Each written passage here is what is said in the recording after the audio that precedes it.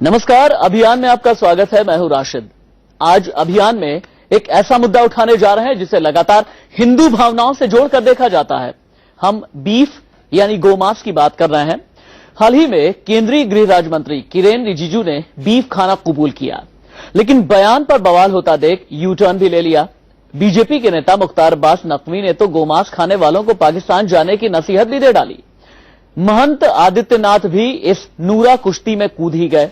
सवाल उठता है कि क्या गोमांस पर पाबंदी से ही हिंदू भावनाओं को ख्याल रखा जा सकता है, और क्या इस मुद्दे पर राजनीति बंद नहीं होनी चाहिए? इस मुद्दे पर बातचीत करने के लिए मेरे साथ खुद किरेन रिजिजू जुड़ेंगे।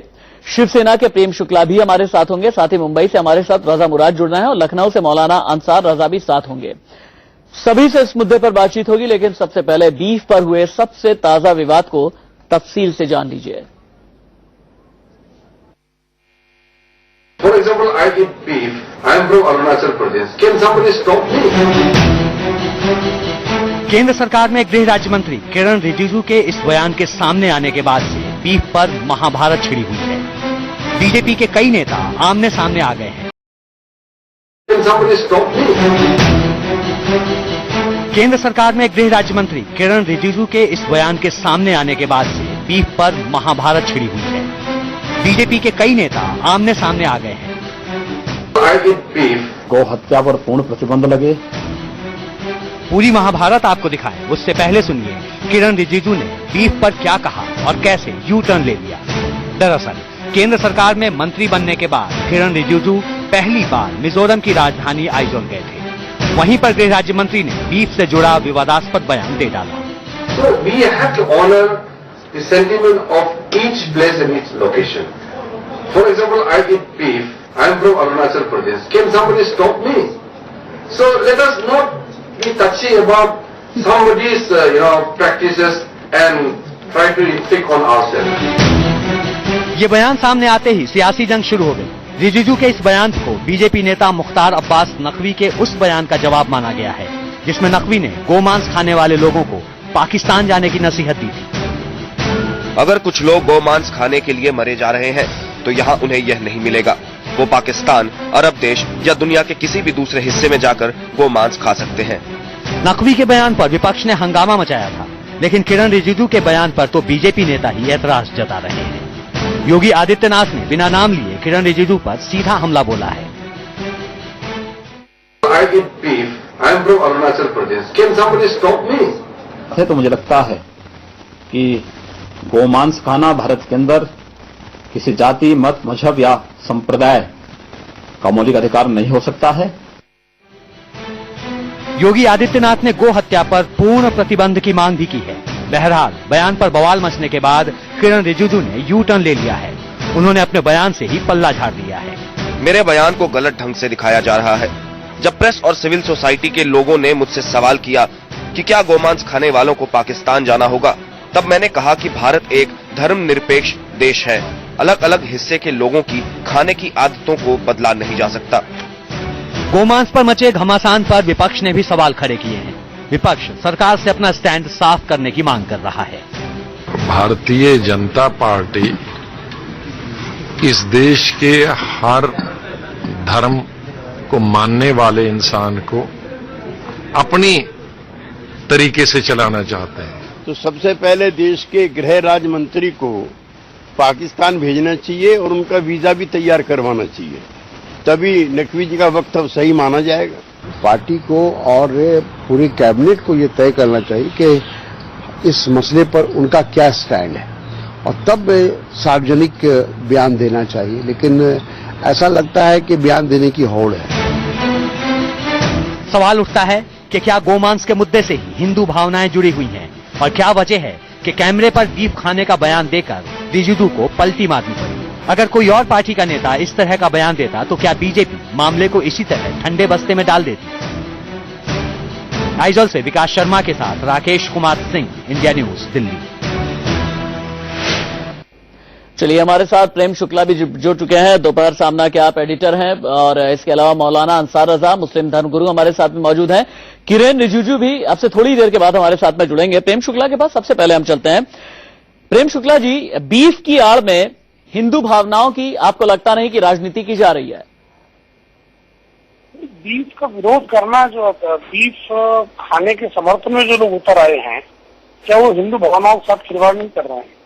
ये प्रश्न भी उतना ही महत्वपूर्ण है, क्योंकि किसी भी धर्म में, किसी भी पंथ में बीफ खाना कम से कम नहीं साबित किया गया है। इसलिए यदि हिंदू भावनाएं आती हैं प्रदेशों में, यदि जो है विधायिकाएं वहां से ये कानून बनाकर भेजती हैं, तो उस कानून का उल्लंघन करने की जो जिद है, ये कहाँ से समर्थनीय है? चलिए, ये एक बात हो गई। दूसरी ये कि सरकार के ही 2 मंत्री बीफ को लेकर के आखिरकार क्यों भिड़े हुए हैं? मुझे लगता है कि रिजिजू जी का स्टेटमेंट जो है, उन्होंने स्वयं स्टेटमेंट दे दिया है कि किस तरह से जो है उनको मिसकोट किया गया है। इसलिए जब उनका स्वयं का उस पर स्पष्टीकरण आ चुका है, तो भिड़ रहे हैं, ये उस पर निष्कर्ष निकालना अनुचित होगा। प्रेम शुक्ला जी, जो बीफ नहीं खाता क्या वही सच्चा हिंदू है, और जो बीफ खाता है वो हिंदू नहीं है? देखिए, हिंदू कैसे है और कौन है, इसके लिए मापदंड तय करना जो है बहुत व्यापक कार्य है, क्योंकि कुछ ऐसे भी लोग हैं जो बहुत सारी परंपराओं का पालन नहीं करते, वो भी हिंदू कोई धर्म नहीं, हिंदू संस्कृति है, संस्कार है। किंतु हिंदू पंथ के एक बहुत बड़े तबके को गौ मांस का विरोध है, वो गौ हत्या का विरोधी है। महात्मा गांधी भी गौ हत्या का विरोध करते थे, तो इसका मतलब तो नहीं हुआ ना कि वो सेकुलर नहीं हुए, दूसरे धर्म या आस्था के प्रति उनके मन में सम्मान नहीं है, या वो बहुत जो है पुरातन पंथी है। वो भी प्रगतिशील व्यक्ति थे।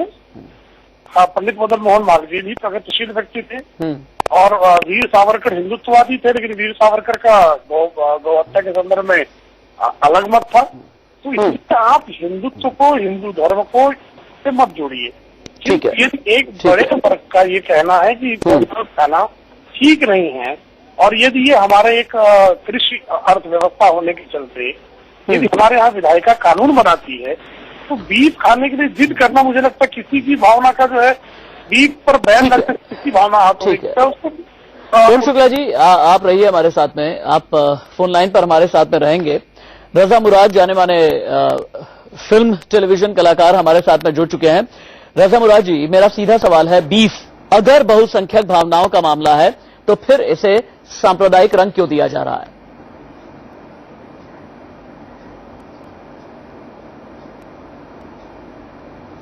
देखिए, मैं तो ये कहूंगा कि हमें अपने हिंदू भाइयों की धार्मिक भावनाओं का ध्यान रखना चाहिए,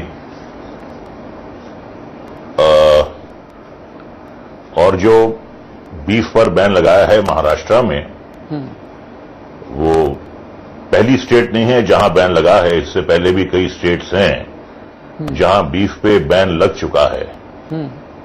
लेकिन मैं सिर्फ ये कहना चाहता हूं कि बैन आपने महाराष्ट्र में लगाया है, और जो बिल्कुल आपसे सटी हुई एक और स्टेट है गोवा, वहां पर भी आपकी हुकूमत है, तो वहां पर आपने बैन क्यों नहीं लगाया है? या तो ऐसा कीजिए कि पूरे भारतवर्ष में आप ब्लैंकेट बैन लगा दीजिए, हम उसका स्वागत करेंगे। तो मेरा सवाल यही है कि एक स्टेट में आपने बैन लगाया है, उसको इंप्लीमेंट किया है, और जो बराबर की स्टेट है वहां पर बैन नहीं है। ठीक बात है। तो जैसा कि मैंने आपसे पहले अर्ज किया कि हम बिल्कुल उस बात का बिल्कुल हम सम्मान करते हैं कि हमें कोई हक नहीं पहुंचता धार्मिक भावनाओं को ठेस पहुंचाने का, लेकिन उसके साथ साथ मैं ये कहूंगा कि कानून जो है फिर हर स्टेट में कर दीजिए आप। फिर ये मत सोचिए कि नॉर्थ ईस्ट में हम बैन लगाएंगे तो वहां क्या होगा, वहां की जो पॉपुलेशन है कितने % अलग अलग कम्युनिटीज की है। ठीक है, लगाना है तो पूरे आप रजा मुराद जी, आप रहिए हमारे साथ में। आपकी बात लेकर के मैं प्रेम शुक्ला के पास चलूंगा, उसके बाद अंसार रजा के पास भी जाएंगे। प्रेम शुक्ला जी, बीफ बैन को लेकर के आखिरकार एनडीए सरकार पिक एंड चूज क्यों कर रही है? महाराष्ट्र में जो है वहां बैन लगा दिया, गोवा में बैन नहीं लगाया हुआ, जबकि गोवा में भी बीजेपी की सरकार है। जी, देखिए, इसमें कोई कंफ्यूज करने की बात नहीं। महाराष्ट्र स्टेट की विधायिका ने बीफ को बैन किया। यदि कल गोवा के विधायक ये मानते हैं उनके स्टेट में बीफ बैन होना चाहिए, तो उनके यहाँ भी वो लेजिस्लेशन ला सकते हैं, उसको किसी ने मना नहीं किया है। मध्य प्रदेश सरकार ये कानून लगाती है, हिमाचल प्रदेश सरकार लगाती है, क्योंकि स्टेट लिस्ट में है ये कॉन्स्टिट्यूशन के, तो स्टेट अपने हिसाब से यदि उस पर कानून बनाती हैं तो इसमें किसी प्रकार का मुझे लगता है कि कोई किंतु परंतु निकालने की आवश्यकता नहीं है। मौलाना अंसार रजा के पास एक बार हम सीधे चले चलते हैं। मौलाना अंसार रजा, केंद्र सरकार में एक और मंत्री है जिनका नाम है मुख्तार अब्बास नकवी, और उन्होंने यहां तक कह दिया था कि जिसे बीफ खाना हो वो या पाकिस्तान चला जाए या फिर अरब देशों का रुख कर ले। क्या आपको भी लगता है कि हिंदुस्तान में बीफ खाने वालों को हिंदुस्तान में रहना ही नहीं चाहिए, भारत से बाहर चले जाना चाहिए? देखिए राशिद जी, सबसे पहले मैं एक बात आपको बता दूं, हम अपनी तरफ से अपनी कौम का, अपने मजहब का स्टैंड आपके सामने रख दें। हमारे प्रॉफिट साहब ने आज से 1450 साल पहले कहा था कि गाय के दूध में शिफा है और गाय के गोश्त में बीमारी है। एक बात। दूसरी बात, हमारे एक बहुत बड़े फ्रीडम फाइटर हुए हैं जिन्होंने 1857 में बहुत बड़ा किरदार अदा किया इस मुल्क को आजादी के लिए, अल्लामा फजल हक खैराबादी। उन्होंने ये कहा है कि जो आदमी गाय को ज़िबह कर रहा है उसको तोप के मुंह से बांध के उड़ा दो। तो ये तो इस्लाम का स्टैंड हो गया। अब जहां तक सवाल मुख्तार अब्बास नकवी के पाकिस्तान भेजने का है गोश्त खाने वालों को, तो मैं मुख्तार अब्बास नकवी साहब से पूछना चाहता हूं कि अगर उनके अंदर ताकत है तो गोवा के मुख्यमंत्री को पाकिस्तान भेजे। और ये स्टैंड नहीं समझ में आ रहा कि मुसलमानों की तादाद जहां है वहां गाय पर पाबंदी, और जहां हिंदू ज्यादा गाय का गोश्त खा रहे हैं वहां कोई पाबंदी नहीं, जैसा गोवा में हो रहा है। आखिर ऐसा क्यों? सरकार अपना स्टैंड क्लियर क्यों नहीं करती? जैसा भी रजा मुराद साहब ने कहा कि अगर पाबंदी लगाना है तो पूरे हिंदुस्तान में लगाओ। ये क्या मतलब है कि इधर लगा दिया उधर नहीं लगाया, इधर लगा दिया उधर नहीं लगाया? ये तो इसका मतलब हुआ है कि मीठा मीठा गप और कड़वा कड़वा थू। तो ये तो तरीका गलत है। ठीक है, ठीक है। प्रेम शुक्ला जी, एक बड़ा खास सवाल पूछना चाहूंगा कि आपको वाकई में लगता है कि खाने पीने की किसी भी चीज पर पाबंदी लगनी चाहिए? क्योंकि देश के संविधान में कुछ मौलिक अधिकार भी हैं। मौलिक अधिकारों में कहाँ जाएं, कहाँ नहीं जाएं, कहाँ रहें, कहाँ नहीं जाएं, कहाँ नहीं रहें, और ठीक इसी तरीके से कौन क्या खाता है, उसके खाने की आदत क्या है, तो इस पर तो पाबंदी नहीं लगनी चाहिए ना? देखिए, मौलिक अधिकारों में तो कल कोई इस तरह से दावा करेगा कि नशा करना भी हमारा मौलिक अधिकार है, कल कोई कहेगा मैं कोकीन पीऊंगा। अभी खुद मौलाना साहब कह रहे हैं कि हजरत मोहम्मद साहब ने कहा कि अगर आप गोमांस खाएंगे तो आपको बीमारी होगी। एक स्वयं मुस्लिम अल्लामा ने कहा तो पूरे हिंदुस्तान में लगाइए ना बैन। अरे प्रेम शुक्ला जी, पूरे हिंदुस्तान में बैन लगाइए ना। मैंने सुन तो लीजिए। हाँ, स्टेट में जब जो कानून, जो कॉन्स्टिट्यूशन ने जो पावर स्टेट को दिए हैं, स्टेट अपने पावर को यूज कर रहे हैं। अगर सारे देश के सारे स्टेट्स को संघ के सारे राज्यों को यदि लग जाए, राशिद जी, बैन करना तो कर सकते हैं। तो कम से कम बीजेपी शासित प्रदेशों में ही कर दीजिए, एनडीए शासित प्रदेशों में ही कर दीजिए। आप एनडीए का हिस्सा हैं, इसलिए मैं कह रहा हूं। एनडीए की सरकार है कहां? सब जगह तो मोदी सरकार है। एनडीए है क्या? एनडीए की वैल्यू कहां है मोदी सरकार के आगे? नहीं भाई, देखिए हमारे अंसार रजा साहब, आपके किसी निष्कर्ष से हमारी संवैधानिक व्यवस्था परिवर्तित नहीं हो सकती ना। हमारे संविधान में राज्यों को जो अधिकार दिए हैं कानून बनाने के, राज्य की विधायिकाओं को राज्य की विधायिकाएं उसका पालन कर रही हैं। जिन राज्यों में प्रेम शुक्ला जी, राज्यों में मैं आपसे ये जानना चाह रहा हूं कि आपके जो गृह मंत्री साहब ने, स्टेट मिनिस्टर ने जो बयान दिया है, अगर किसी दूसरी पार्टी का मिनिस्टर इतनी जल्दी बयान बदल देता तो क्या करते आप लोग उसके साथ, या बीजेपी क्या करती? पूरे मुल्क में नंगा नाच कर देती बीजेपी, और आप लोगों ने उसको रास्ते में डाल दिया। नाच नहीं करती है भारतीय जनता पार्टी का नंगा नाच। मुझे नहीं लगता कि आपने कभी देखा होगा। भारतीय जनता पार्टी बहुत सांस्कृतिक राष्ट्रवाद वाला दल है। नंगा नाच इत्यादि उसके साथ एक शब्द बहुत कठिन यूज कर रहे हैं। एक सवाल का जवाब प्रेम शुक्ला जी आप नहीं दे पा रहे। मैं एक छोटे से ब्रेक के लिए रुक जाता हूं। क्या गोमांस की आड़ में राजनीति हो रही है? ये बहस का बहुत बड़ा मुद्दा है अभियान में आज। लेकिन दूसरी बात यह भी है कि हमारे तमाम मेहमानों का यही कहना है कि अगर आप बैन को लेकर के इतने ईमानदार हैं, अगर बैन को लेकर के अगर आपको लगता है कि हाँ बैन लगाना ही चाहिए, तो इसमें पिक एंड चूज क्यों कर रहे हैं? पूरे देश में एक ब्लैंकेट बैन क्यों ना लग जाए बीफ को लेकर के, गोमांस को लेकर के? आखिरकार क्यों पलट गए केंद्रीय गृह राज्य मंत्री किरेन रिजिजू? यही है अभियान में इस वक्त बहस का मुद्दा। मेरे साथ मौजूद है मौलाना अंसार रजा, और रजा मुराद भी हमारे साथ में मौजूद है। रजा मुराद के पास हम सीधे चलते हैं। रजा मुराद जी, खाने पीने को किसी धर्म से जोड़ा जा सकता है क्या?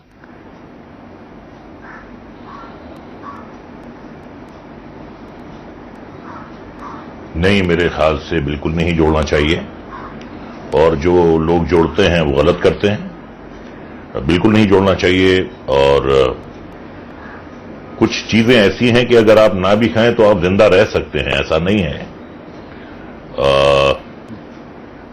जैसे बहुत से वेजिटेरियंस हैं जो सिर्फ सब्जियां, तरकारियां, दाल खाते हैं, वो भी बहुत ही पौष्टिक फूड है, बहुत ताकत है दाल में, और बड़े अच्छे अच्छे बॉडी बिल्डर्स, स्पोर्ट्स पर्सन जो हैं वो वेजिटेरियन हैं। लेकिन इसके साथ साथ अगर कोई गोश्त खाता है, मैं गौ हत्या के बिल्कुल खिलाफ हूं, लेकिन अगर कोई गोश्त खा सकता है, कोई गोश्त खाता है, उसका भी कोई मजहब से ताल्लुक नहीं है। हर धर्म के से ताल्लुक रखने वाले गोश्त भी खाते हैं, मछली भी खाते हैं। तो इसे धर्म के चश्मे से देखना मैं समझता हूं कि गलत है। एक जमाने में ये कहा जाता था कि वेजिटेरियन फूड में ताकत नहीं होती है, लेकिन ये बात आज मेडिकल साइंस ने बिल्कुल गलत प्रूव कर दी है। प्रेम शुक्ला के पास एक बात चले चलते हैं। प्रेम शुक्ला जी, वेजिटेरियन फूड महाराष्ट्र में बीफ पर बैन लगा दिया। मेरा एक सीधा सवाल है, महाराष्ट्र में अगर कोई गोमांस खाता है तो जाहिर सी बात है वो अपराधी की श्रेणी में आ गया। अगर महाराष्ट्र के बाहर कोई गोमांस खाता है तो क्या वो अपराधी की श्रेणी में नहीं आता? अलग अलग चश्मे, अलग अलग नजरिए क्यों रखे जाएं? देखिए, जब इस देश में जो अधिकार संविधान ने राज्यों को दिया है उसमें केंद्र ने हस्तक्षेप करना चाहिए। तो एक राज्य में अगर कोई चीज क्राइम है, दूसरे राज्य में वही चीज क्राइम नहीं हो सकती, क्या ऐसा है क्या? इस तरह से बहुत सारे मामले हैं कि जो एक राज्य में जो है अपराध है, दूसरे राज्य में उतना अपराध नहीं है। तो जब हमारे हर राज्य को जो है, आप अपराध मानते हैं या नहीं मानते हैं, ये तो बता दीजिए। आप अपराध मानते हैं या नहीं मानते? मैं महाराष्ट्र का निवासी हूँ, मैं महाराष्ट्र के कानून को मानता हूँ। मानते हैं। अगर आप गोवा चले जाएंगे वहां अपराध मानेंगे या नहीं मानेंगे? गोवा में मेरी दृष्टि में जब तक कानून नहीं बनता तब तक मैं चाहकर भी उसको अपराध कैसे नहीं मान सकते। अच्छा, ये बताइएगा, गोवा में, महाराष्ट्र में कुछ आपके ऐसे दोस्त हैं जो गोमांस खाते हैं? नहीं, मेरा मित्र तो गोमांस नहीं कोई करता, और कोई खाता होगा तो वो समझा दूंगा। भैया देखिए, अभी हमारे मौलाना साहब कह रहे हैं कि कम से कम पैगंबर साहब की तो बात मानो। अच्छा, हिंदुओं से आपत्ति होगी, गोमांस की आड़ में हिंदुओं की भावनाओं को आहत करना किसी का शौक हो सकता है, लेकिन पैगंबर की भावनाओं को आहत करने से तो एक और बात है, कार्टून बनाने मार दिए जाते हैं। हाँ, एक और बात है प्रेम शुक्ला जी, हिंदुस्तान में सबसे ज्यादा गोमांस अगर कहीं खाया जाता है, गोवा के बारे में कहा जाता है, केरल के बारे में कहा जाता है, जम्मू कश्मीर के बारे में कहा जाता है, और तीनों ही जगह पर गोमांस प्रतिबंधित नहीं है। एक और बात कही जा रही है कि संघ जो है केंद्र सरकार पर बहुत ज्यादा दबाव बनाया हुआ है कि बीफ पर बैन लगा दिया जाए, लेकिन सरकार जो है थोड़ा थोड़ा सा माइल्ड रहना चाहती है, और इसीलिए जानबूझ करके किरेन रिजिजू जैसे एक आध बयान या एक आध तुर्रे छोड़ दिए जाते हैं। ऐसा है क्या? नहीं, देखिए, जो संघ ने जो राज्यों को जो अधिकार दिए हैं, तो राज्यों को उन अधिकारों के अनुपालन का अधिकार मिलना चाहिए। अब केंद्र मैं संघ से मेरा मतलब, मैं राष्ट्रीय स्वयंसेवक संघ की बात कर रहा था। नहीं, इसलिए मैं राष्ट्रीय, क्योंकि मैं संघ का मतलब केंद्र समझ रहा था। अच्छा, राष्ट्रीय स्वयंसेवक संघ ने दबाव बनाया नहीं बनाया, ये सिर्फ अभी तक जो है शिगुफा है। इसमें जब तक कोई राष्ट्रीय स्वयंसेवक संघ की तरफ से लिखित प्रस्ताव केंद्र को नहीं जाता, उस पर टिप्पणी करना कोई ठीक बात नहीं है। अच्छा, मुख्तार अब्बास नकवी जो कहते हैं कि जो गोमांस खाता है उसे पाकिस्तान चले जाना चाहिए, आपका भी यही मानना है?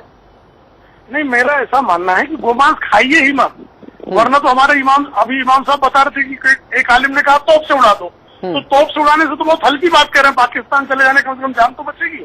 अच्छा, ऋषि कपूर ने लेकिन लिखा था कि मैं हिंदू भी हूँ और गोमांस खाता भी हूँ। हाँ, नहीं, ऐसे बहुत सारे, देखिए ऐसे है, अभी बहुत सारे मौलवी हैं, वो मौलवी जो है गे हैं, ऐसा कहा जा रहा है, तो सारे मौलवियों को हम समलैंगिक मान लें?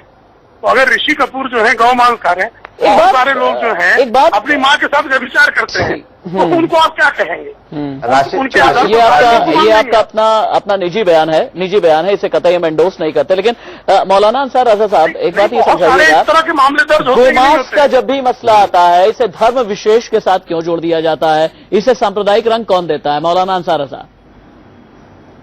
देखिए, हमारे मुल्क में जब तक योगी आदित्यनाथ, साक्षी महाराज, इस तरह के लीडर जब तक अपनी जबान पर कंट्रोल अंसार नहीं रजा करेंगे। साहब, ये मुल्क असदुद्दीन इसी तरीके ओवैसी और जी अकबरुद्दीन ओवैसी भी हैं। जी, मैं आ रहा हूं, मैं आ रहा हूं, मैं आ रहा हूं, मैं आ रहा हूं। असदुद्दीन ओवैसी, आजम खान जैसे जब तक इस तरह के जहरीले लोग इस मुल्क में हैं, जहर उगलने वाले लोग इस मुल्क में हैं, ये मुल्क कामयाब नहीं होगा। अब एक सवाल आता है गौ हत्या का, गौमांस का।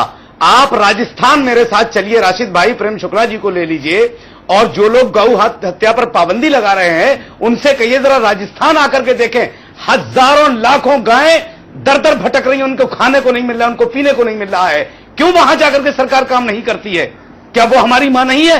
जिस तरह से ये लोग कहते हैं कि गाय हमारी मां है, तो क्या राजस्थान की गाय इनकी मां नहीं है? तो जाकर के उनकी भी तो हिफाजत करें। हजारों गायें खाने के लिए तरस रही है, वहां पानी नहीं मिल रहा है उनको, हड्डी से लग चुके हैं उनके गोश्त, वहां भी तो जाकर के योगी आदित्यनाथ जाकर के काम करें। एक खाली राजनीति करके प्रोग्राम संसद में बैठ करके बयान देते रहेंगे। प्रोग्राम के आखिरी पड़ाव में हैं हम। प्रेम शुक्ला जी, किरेन रिजिजू को कोई घुड़की दी गई थी क्या, जो इतनी जल्दी बयान से यू टर्न ले लिया? बहुत सारे इस देश में बहुत सारे लोग भूखमरी के शिकार हैं और बेचारे कुपोषण से मर रहे हैं, तो कल क्या मानव मांस का भी हम जो है अनुमति दे देंगे इस देश में? मेरे सवाल का जवाब नहीं दिया प्रेम शुक्ला जी।